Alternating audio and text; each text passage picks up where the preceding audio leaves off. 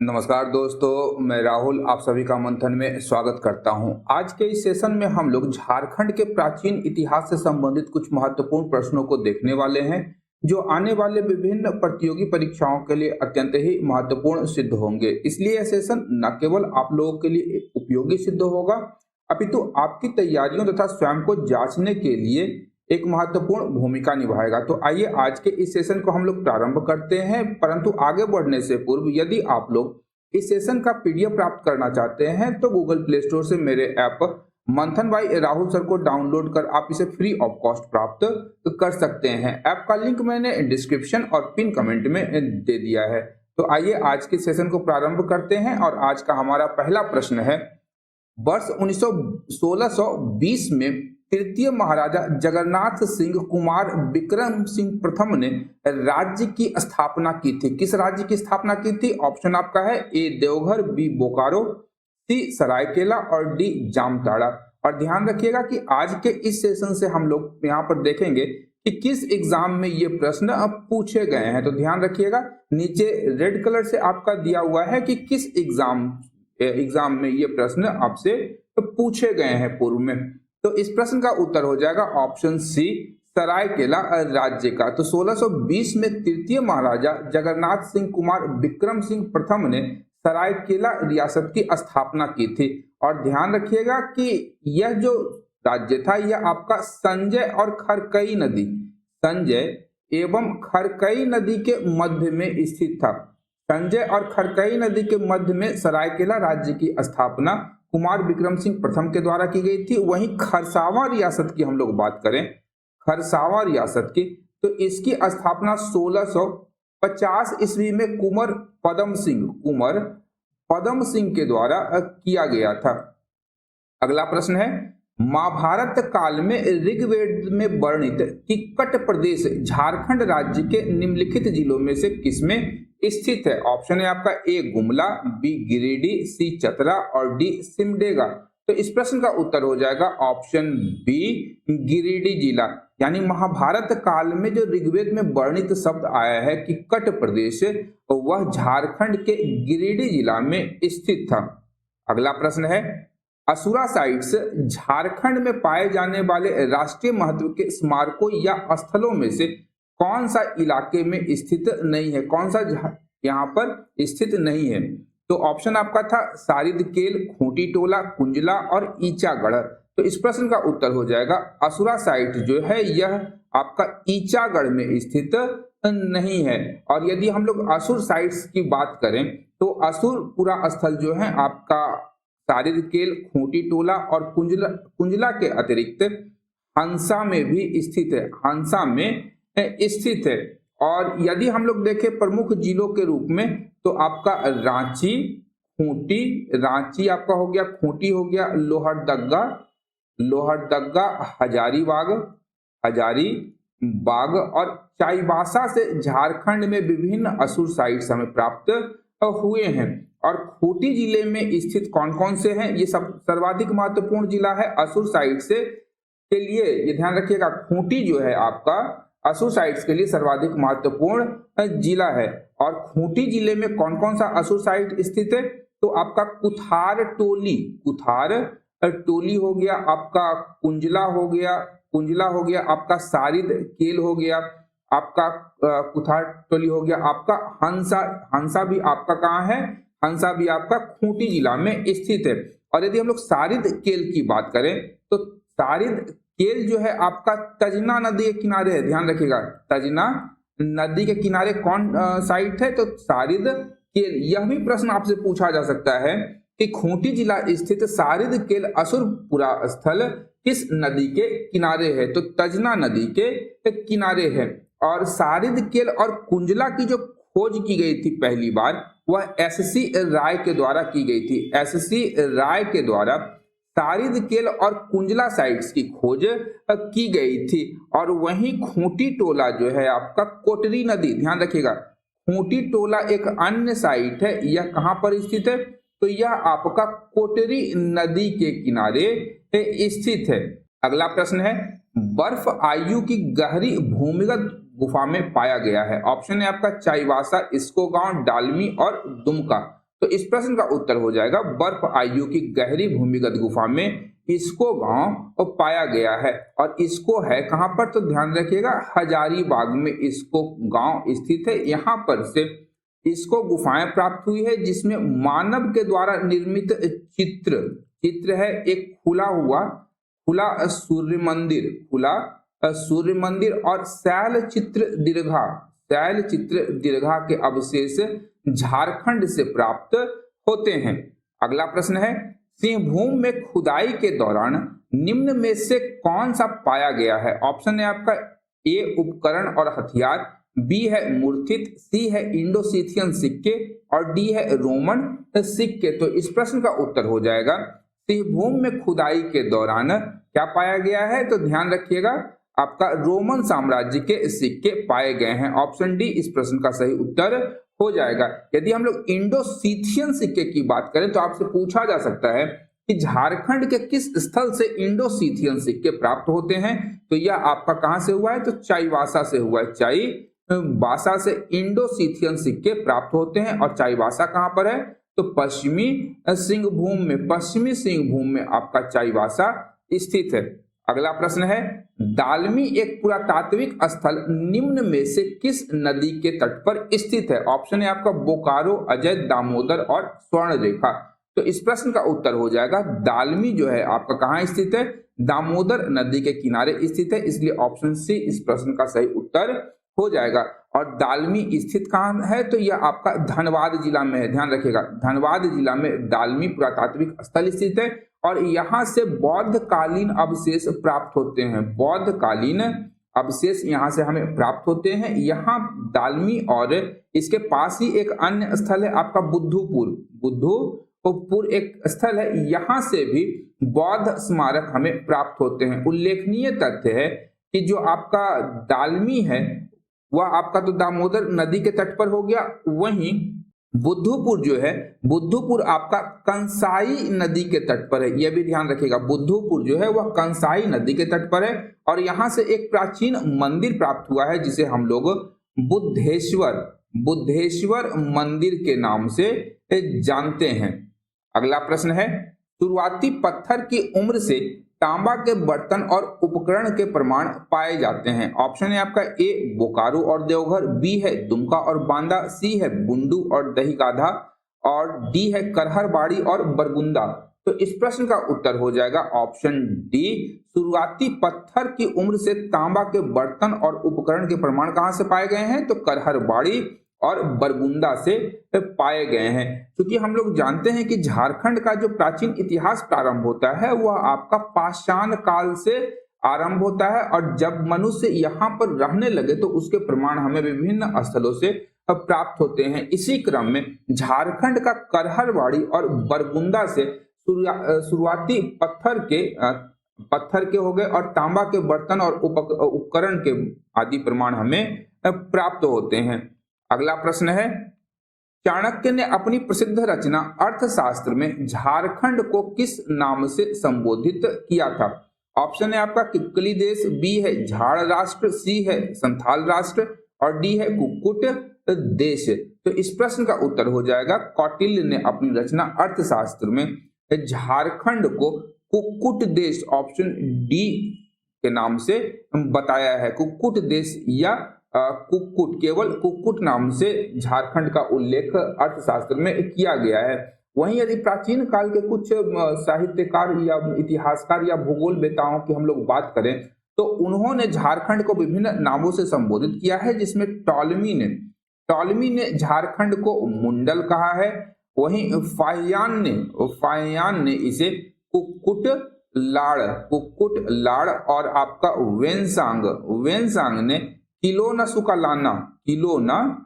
सुका कहा है या इसे कर्ण सुवर्ण कहा है। ध्यान रखिएगा कर्ण सुवर्ण किसने कहा है, तो वेनसांग ने कर्ण सुवर्ण झारखंड को कहा है। अगला प्रश्न है संथाल परगना क्षेत्र को अति प्राचीन काल में क्या कहा जाता था। ऑप्शन है आपका ए नरीखंड, बी मानबर्जिका, सी करतासीना और डी इनमें से कोई नहीं। तो इस प्रश्न का उत्तर हो जाएगा ऑप्शन ए, संथाल परगना को अति प्राचीन काल में नरीखंड के नाम से जाना जाता था।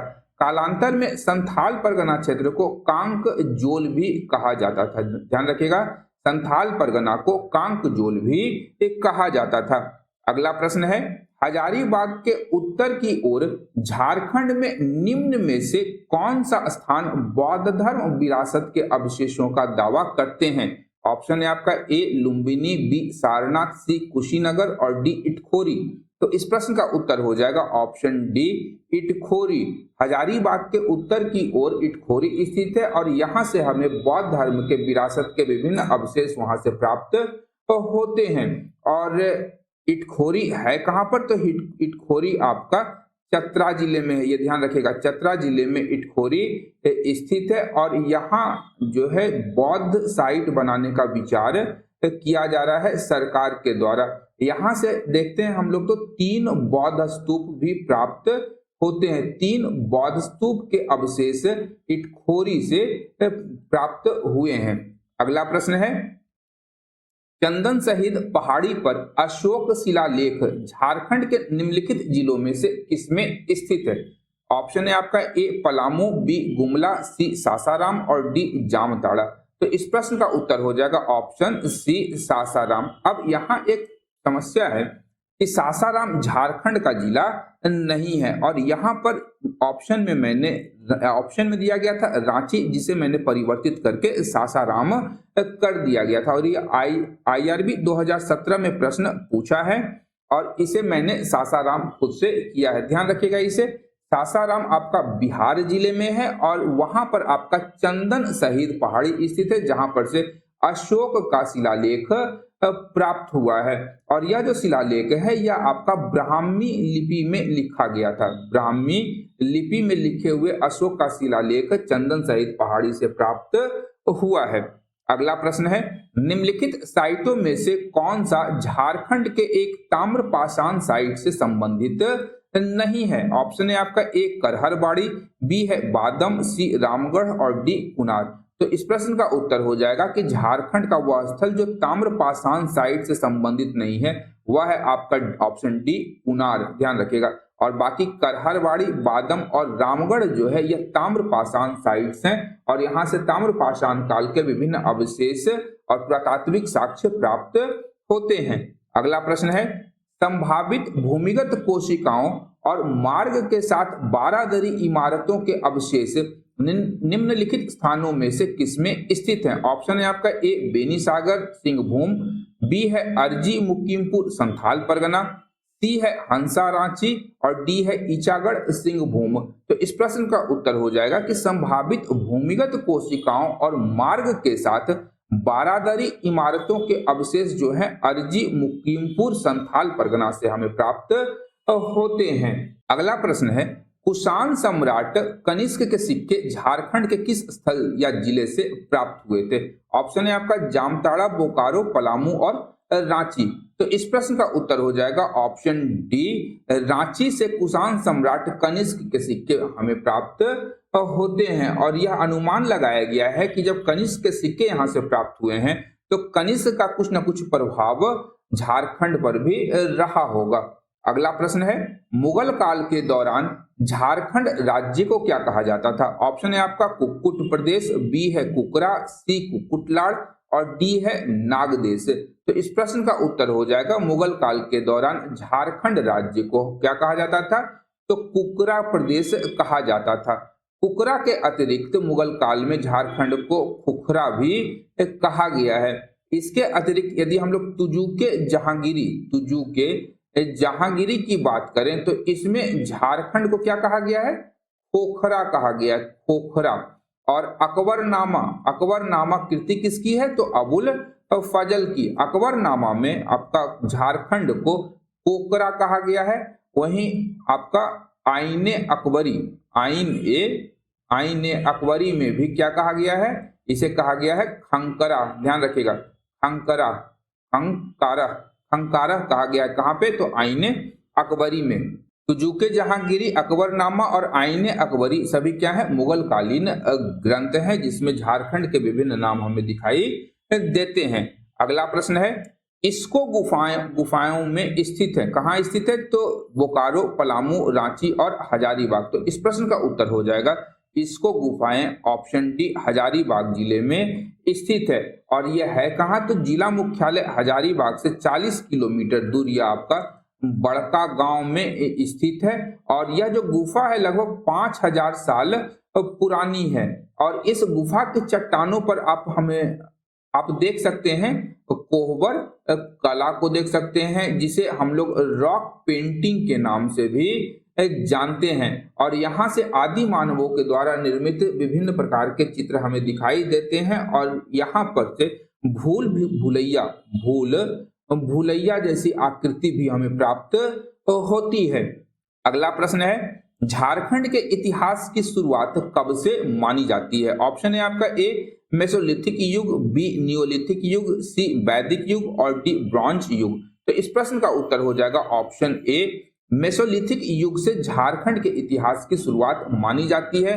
और मेसोलिथिक युग को हम लोग कहते क्या है? तो यह है आपका मध्य पाषाण काल। और मध्य पाषाण काल से झारखंड के इतिहास का शुरुआत माना गया है। और मध्य पाषाण काल का कालखंड कब से कब तक था? तो 10,000 बीसी से लेकर के 4000 बीसी तक मध्य पाषाण काल का कालखंड माना गया है। और इस काल में पशुपालन की शुरुआत हो चुकी थी। मनुष्यों ने पशु को पालतू बना लिया था।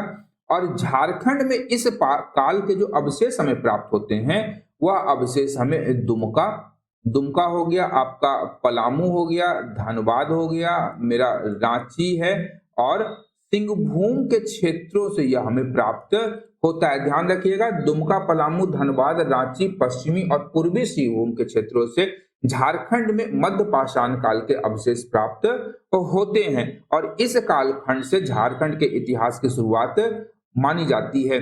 अगला प्रश्न है निम्नलिखित में सरायकेला रियासत का आखिरी शासक कौन था? ऑप्शन है आपका महाराज उदित नारायण सिंह देव, बी है राजा आदित्य प्रताप सिंह देव, सी है महाराजा सर राजेंद्र और डी है नारायण सिंह देव। तो इस प्रश्न का उत्तर हो जाएगा सरायकेला रियासत के आखिरी शासक थे राजा आदित्य प्रताप सिंह देव। और इन्होंने 18 मई, ध्यान रखिएगा 18 मई 1948 ईस्वी को भारत के विलय पत्र पर विलय पत्र जो था उस पर हस्ताक्षर कर दिया गया था। यानी जब भारत आजाद हुआ 15 अगस्त 1947 ईस्वी को, तो सभी देशी रियासतों का जो विलय था वह भारत संघ में कर लिया गया था। उसमें झारखंड का सरायकेला और खरसावा रियासत भी शामिल था। और सरायकेला रियासत ने विलय पत्र या संधि पत्र पर जो हस्ताक्षर था वह 18 मई 1948 ईस्वी को किया था। अगला प्रश्न है महाभारत में झारखंड को किस नाम से जाना जाता था? ऑप्शन है आपका नागदेश, बी गंधर्व देश, सी पुंडरिक देश और डी मत्स्य देश। तो इस प्रश्न का उत्तर हो जाएगा महाभारत में झारखंड को हम लोग ऑप्शन सी पुंडरिक देश के नाम से जानते हैं। और एक अन्य तथ्य है कि महाभारत के दिग्विजय पर्व में जो नाम मिलता है वह हमें पशु भूमि के रूप में प्राप्त होता है। और या पुंडरिक के नाम से, पशु भूमि और पुंडरिक के नाम से। इसके अतिरिक्त भारतीयों को प्राचीन काल से ही कर्क रेखा का ज्ञान था। और झारखंड के विषय में हमें जानकारी थी कि यह कर्क रेखा पर स्थित है, इसीलिए इस क्षेत्र को झारखंड में अर्क खंड या कर्क खंड भी कहा गया है। ध्यान रखिएगा महाभारत के कालखंड में झारखंड को अर्क खंड या कर्क खंड भी कहा गया है। अगला प्रश्न है प्रथम नागवंशी राजा कौन थे? ऑप्शन है आपका विश्वास राय, भागीरथ राय, हनीमुकुट राय और आनंदमुखी राय। तो इस प्रश्न का उत्तर हो जाएगा प्रथम नागवंशी राजा ऑप्शन सी हनीमुकुट राय थे। और इन्होंने 64 ईस्वी में नागवंशी राज्य की झारखंड में स्थापना की थी।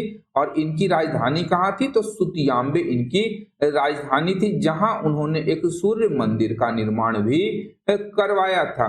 और इसके अतिरिक्त हनीमुकुट राय के विषय में यह काफी प्रचलित है कि ये राजा बनते ही इन्होंने अपने शासनकाल में बाहरी लोगों को झारखंड में आमंत्रित किया तथा इन्होंने बनारस के भवराय श्रीवास्तव को अपना दीवान नियुक्त किया था और यहीं से झारखंड में बाहर के लोगों का आने का सिलसिला प्रारंभ माना गया है।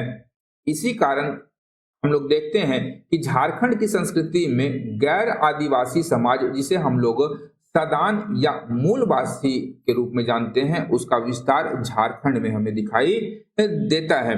तो झारखंड के प्राचीन इतिहास से संबंधित एमसीक्यू टेस्ट सीरीज यहीं पर समाप्त होता है। आशा करता हूं कि आज के सेशन से आप लोगों को उपयोगी जानकारियां प्राप्त हुई होंगी। यदि सेशन से लाभ प्राप्त हो रहा है तो वीडियो को अपने ग्रुप्स और मित्रों के साथ शेयर करने के अतिरिक्त लाइक और सब्सक्राइब करना बिल्कुल भी न भूलें। अंत तक देखने के लिए धन्यवाद। देखते रहिए मंथन, क्योंकि मैं इस प्रकार के वीडियोस लाता रहता हूं। Thank you.